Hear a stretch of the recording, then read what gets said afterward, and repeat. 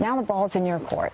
Kim now has to decide, is he going to turn around and say, okay, the international community is telling me to stop, or is he going to have, a temper tantrum? All right, that was the UN Ambassador Nikki Haley earlier today on Fox and Friends talking about the new North Korean sanctions. And by the way, China and Russia joined in with the United States. We continue with former Speaker of the House, Fox News contributor Newt Gingrich, author of the bestseller Understanding Trump. Mr. Speaker, I just tried to lay out a history. There's always been this naive belief about peace in our time, and Neville Chamberlain is the classic example that everybody uses. And then we look at, for example, what Bill Clinton did with the North Koreans that allowed him to get to where we are today.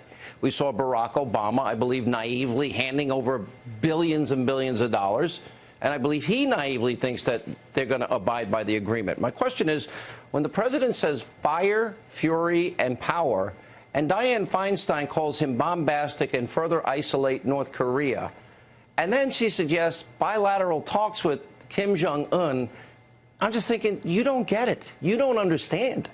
This is not, you can't negotiate with crazy people like this. Well, look, I think that, as Ambassador Nikki Haley said, the entire civilized world sent a pretty powerful signal at the UN, a unanimous vote for more severe sanctions. The question is, will it have any effect? I think the key to American national security planning with Korea now is start with the assumption that none of this works.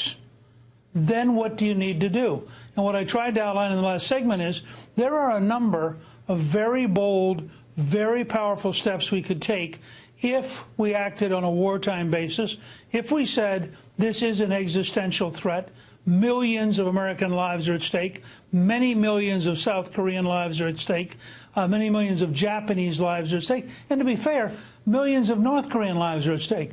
We should be moving with an intensity and an aggressiveness, cutting through the bureaucracy, developing a series of steps, as I outlined in the last segment, that enables us to say to North Korea, we don't need to contain you diplomatically.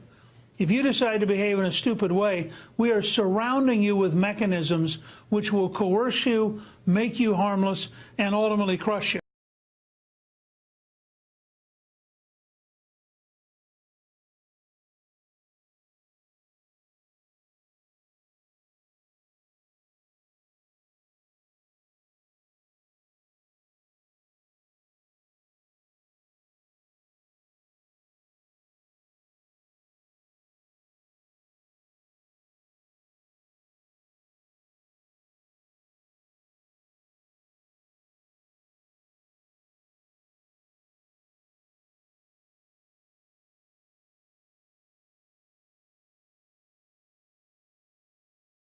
So the ball's in you, surrounding you with mechanisms to behave in a stupid way.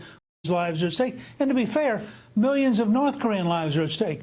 We should be moving with an intensity and an aggressiveness, cutting through the bureaucracy, developing a series of steps, as I outlined in the last segment, that enables us to say to North Korea, we don't need to contain you diplomatically. If you decide to behave in a stupid way, we are surrounding you with mechanisms which will coerce you, make you harmless, and ultimately crush you. So the ball's in your court. You want to be eliminated. We're going to have the assets to do it. We don't particularly want to do it. In fact, we'd like to negotiate, make you harmless, and ultimately crush you. So we are surrounding you with